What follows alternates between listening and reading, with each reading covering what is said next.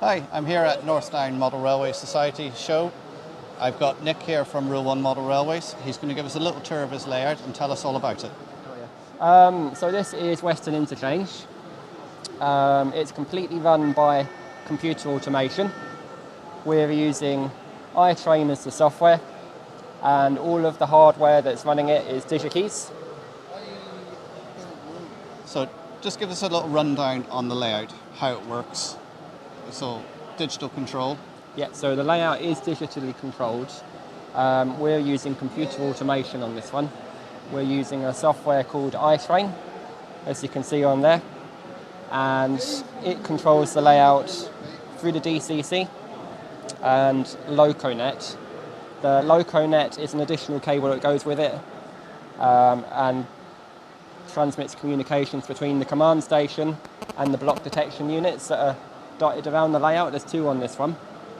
And it feeds back to a laptop which tells the software where the trains are, what they're doing, how to set the points, and how to set all the signals.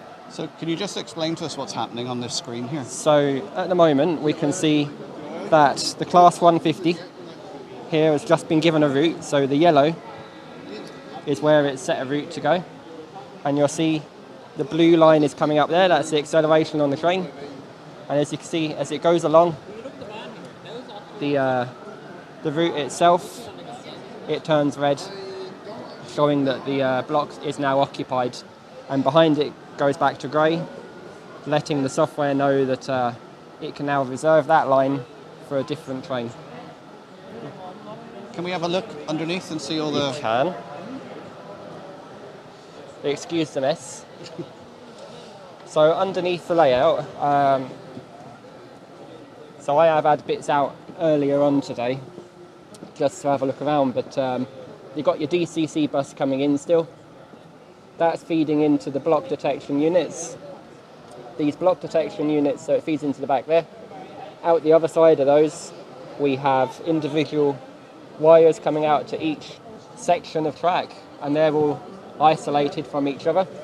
And that's so that iTrain can tell where each of the trains are by current detection. So it will detect when a train crosses into the next block by the draw that it's registering, and it will send that information back down the communications wire, back to the command station and back into the laptop and tell the software where it is. Now, on the main DCC bus, we've got the accessory decoders, and those accessory decoders are just like any other that you'd get on normal DCC. They're controlling the points. We have MP5 point motors on this layout. The benefit of those is they're a lot smaller than the other slow action point motors, and they're fairly quiet as well. So all this goes back up here to, this is the control unit up here? It is, yes. And then that's all plugged in? It is, so to the laptop. The control unit is just around here. If you pop in just there, you can see that's installed there. All of the terminals are here, so we're just using the DCC bus and the LocoNet. That's the communications coming around. I have a Roco multi-mouse plugged in, just if I fancy taking control of a train myself. You can do that with this software. And that's about it really. That just plugs into the laptop, and the laptop will run it all day, and there's no issues with it whatsoever. It will just do this all day long, and I just stand there watching it. And you were saying to me earlier you have all the ground signals and Yes. the normal signals wired into it as well, so they all work alongside the trains? Correct. So those decoders that you saw earlier, those point decoders, they're also wired in to the signals. They, on different outputs, control the signals, and every time we're getting a train come along into a block, when it's ready to go again, it will change the signals. They're interlocked with the route, and it will give the correct signal, and it will give the correct feather as well. Okay. But we have that at both ends. We have the signals in the platform, and we have ground signals in the depot. So how long did it take you to build this? So this layout was a lockdown project. So I started at the beginning of lockdown, and it took 10 months. 10 months. Okay. And roughly, do you want to tell us how much Uh, the individual units cost? The individual units, roughly, the command station that I've used for this one's around about 180 euros, what's that, 140 pounds, 150 pounds. The block detection units that you saw under there, these are the more advanced ones. They have Railcom. You don't need that to run this system, but they're around 90 euros each. The cheaper version of that come in at around 60 to 70 euros.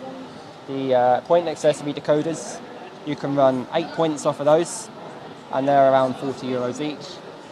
DigiKeys have recently brought out a new one where you can have them controlled by Bluetooth off your phone. You can program them off your phone. So if anyone's thinking about doing this and it being easy, they're the ones to go for because they're a lot easier to program, but they are a tenner more. Right. You were also saying earlier on the blocks are differentiated by a break in one of the rails. Yes. So you've insulator joiners between each block. Exactly. So is there any limit to the size of the block, the length of the track, or is it? Not particularly. However, the shorter you have it, the more accurate it is. Okay.